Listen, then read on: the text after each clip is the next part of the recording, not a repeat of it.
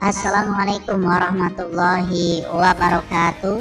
Apa kabar teman-teman semua? Semoga sehat semua. Kembali lagi bersama saya Zainal. Selamat datang di video pembelajaran mata pelajaran teknologi jaringan berbasis luas atau TJBL dan teknologi layanan jaringan TLJ tingkat 11 SMK jurusan Teknik Komputer Jaringan dengan tema enkapsulasi pada oscillator.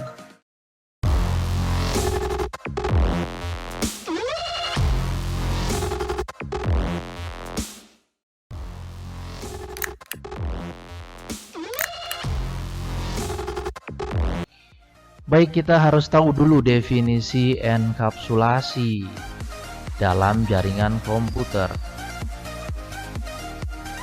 Enkapsulasi dalam bahasa Inggris encapsulation secara umum merupakan suatu proses yang membuat satu jenis paket data jaringan menjadi jenis data lainnya. Enkapsulasi terjadi ketika sebuah protokol yang berada pada lapisan lebih rendah menerima data dari protokol yang berada pada lapisan yang lebih tinggi atau perbedaan layer dan meletakkan data ke format data yang dipahami oleh protokol tersebut. Sumber Wikipedia. Dengan kata lain, enkapsulasi menjadikan data memiliki identitas. Contoh sederhana proses enkapsulasi dalam proses pengiriman surat. Sebuah surat yang akan dikirim hendaknya dimasukkan ke dalam amplop, dibubuhi alamat dan perangko, sehingga surat tersebut memiliki identitas yang jelas agar dapat sampai ke tujuan.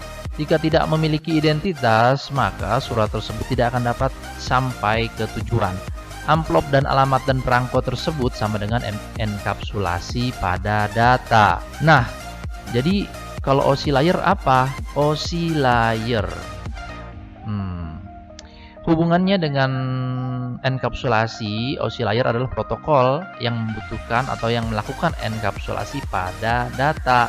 Jadi, oscillator singkatan dari Open System Interconnection dalam bahasa Indonesia yaitu interkoneksi sistem terbuka, di mana OSI adalah seperangkat panduan atau protokol untuk mengimplementasikan komunikasi jaringan antar komputer.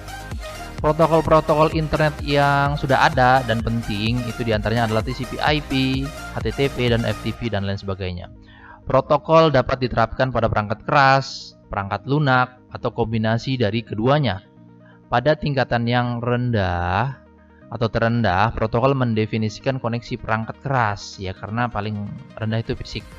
Karena aturan OSI ini memiliki urutan atau tingkatan yang baku di setiap tingkatannya atau lapisannya, maka biasanya aturan atau protokol OSI ini disandingkan dengan kata lapisan atau dalam bahasa Inggris disebut layer, maka jadilah oscillator. Oke, OSI ini dibuat oleh sebuah badan yang namanya Badan Organisasi Internasional untuk Standarisasi, dalam bahasa Inggris International Organization for Standardization, ya, tapi disingkatnya ISO bukan IOS. Ya, kenapa begitu disingkat ISO?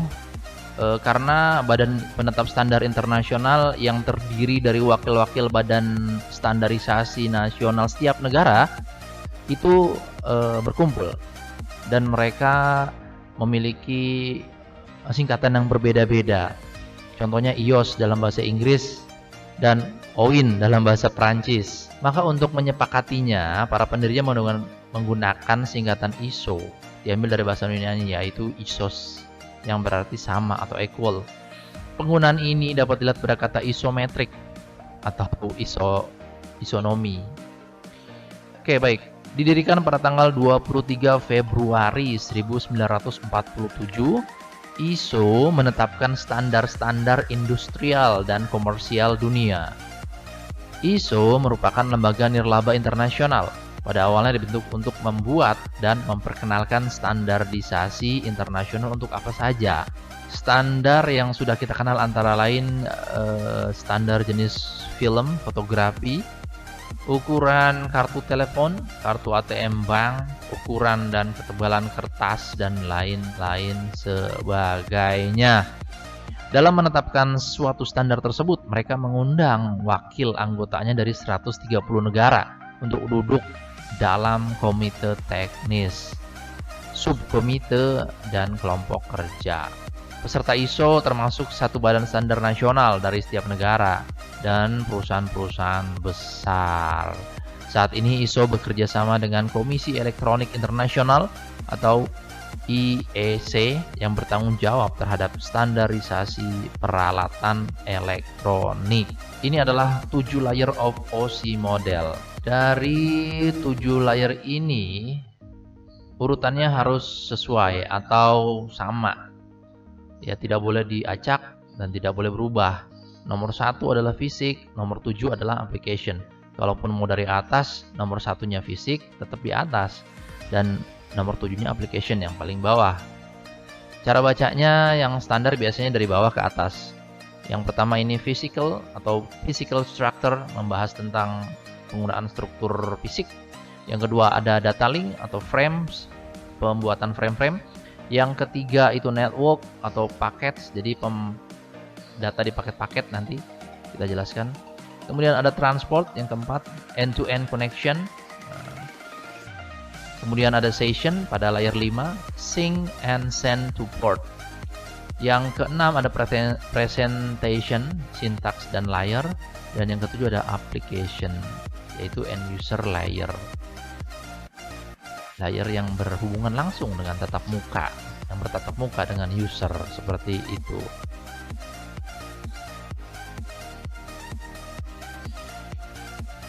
Application layer atau application. Kita bisa lihat ini sebuah ilustrasi adanya para pengguna koneksi, komunikasi. Jadi awalnya pada layer ini data dibuat. Ketika memulai proses pengiriman data, turun melalui application layer, ya, layer 7, yang bertanggung jawab dalam pertukaran data dan informasi dari komputer ke jaringan. Pada dasarnya, layer ini merupakan interface antara jaringan dengan aplikasi yang digunakan user. Contohnya tadi Mozilla Firefox ataupun Chrome.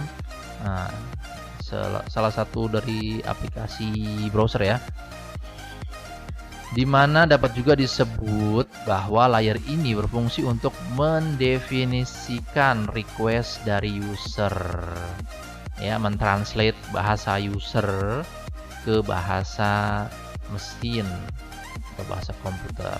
Layer keenam adalah presentation, dimana pada layer ini bertanggung jawab dalam menentukan apakah data perlu untuk melakukan enkripsi terhadap request, salah satunya enkripsi, ataupun perubahan ke bentuk lain dari translasi data. Jika proses sudah lengkap, selanjutnya ditambahkan informasi yang diperlukan. Jadi data-data, contohnya kita punya data audio, kemudian kita lagi punya data picture atau gambar, data video, kemudian data teks. Yang kesemuanya ini harus dirubah menjadi bentuk biner atau bentuk bit-bit biner sehingga dapat dilanjutkan ke proses berikutnya, yaitu masuk ke layer kelima, session, di mana session ini akan memeriksa apakah aplikasi merequest suatu informasi dan memverifikasi layanannya yang di-request itu pada server. Setiap informasi yang dilewatkan atau ditambahkan akan ditambahkan header setiap turun satu layer. Namun pada pemrosesan layer 5, 6, 7 terkadang tidak diperlukan karena tidak ada informasi yang baru atau yang perlu untuk diproses. Contoh nih, si Mbak boleh berkomunikasi dengan user si bapak tuh di atas, kemudian si mas-mas yang sebelah kanan tidak diperbolehkan berkomunikasi dengan temannya yang di atasnya, dikarenakan contohnya misalkan sesinya sudah berakhir, misalkan dia sudah meninggalkan atau idle, komputernya idle terlalu lama, jadi sesinya berakhir. Dan yang lainnya pun seperti itu, ada yang boleh berkomunikasi, ada yang terputus, ada yang memang diputus secara manual. Berikutnya adalah layer transport, layer keempat. Layer ini memastikan bahwa suatu koneksi yang dimiliki sudah tepat dengan server dan memulai proses dengan mengubah informasi itu ke bentuk segmen-segmen. Inilah yang layer yang membentuk segmen-segmen dari data. Kemudian pengecekan error dan penggabungan data kembali yang berasal dari aplikasi yang sama ya dilakukan di layer ini.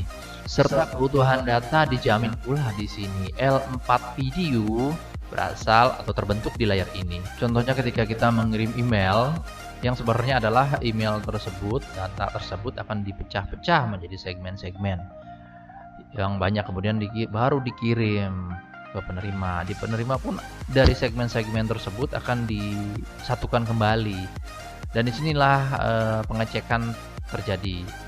Jadi bukan user yang ngecek, tapi aplikasi atau pada layer ini. Ketika data kurang, maka layer ini akan mengirimkan pesan untuk segera kirim ulang data, seperti itu. Dan layer pengirim akan segera mengulang kembali untuk mengirimkan data, sehingga setelah disusun kembali maka menjadi lengkap dan baru di report bahwa data lengkap. Layer ketiga itu network. Pada layer ini diterima segmen-segmen yang tadi kita lihat dan ditambahkan alamat network untuk station yang merequest dan alamat network untuk server yang di-request. Jadi yang sumber dan tujuan.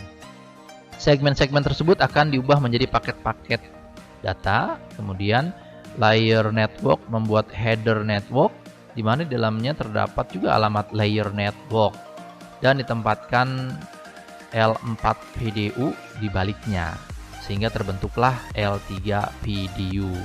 Jadi di layer inilah paket-paket data dapat menemukan jalur, dapat menemukan rute yang tercepat dan terbaik karena sudah tahu alamat-alamat networknya.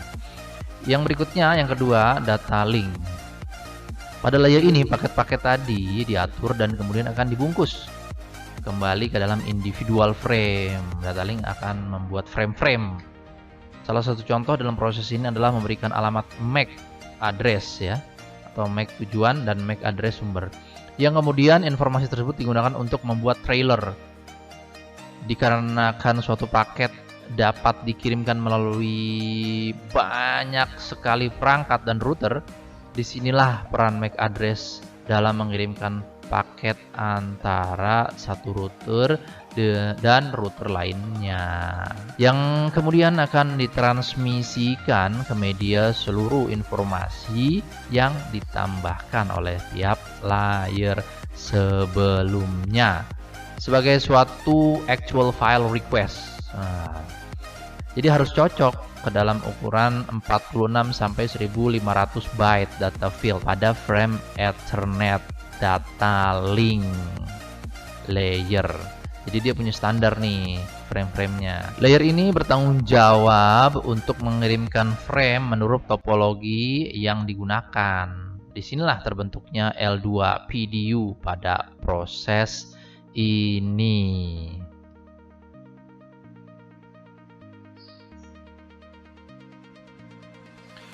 Yang berikutnya atau yang terakhir adalah layer physical atau fisik. Pada layer ini informasi akan dibawa dari source atau sumber dan akan disampaikan ke tujuan atau destination. Karena physical layer tidak mengenal frame, ia akan melewatkan informasi tersebut dalam bentuk bit-bit data ya. Tidak terjadi perubahan atau penambahan header pada layer ini. Layer physical ini berhubungan dengan perangkat keras, yang mana bit-bit tersebut nantinya akan disinkronisasi dan kemudian diubah menjadi sinyal-sinyal listrik ya. yang berupa tinggi atau rendahnya tegangan. Sekian saja penjelasan video pembelajaran dari saya. Terima kasih untuk teman-teman yang sudah menonton. Semoga bermanfaat. Jangan lupa untuk follow Instagram Zainal_OZ dan subscribe, like, dan share video-video dari channel YouTube Zainal OZ. Terima kasih, semoga bermanfaat. Wassalamualaikum warahmatullahi wabarakatuh.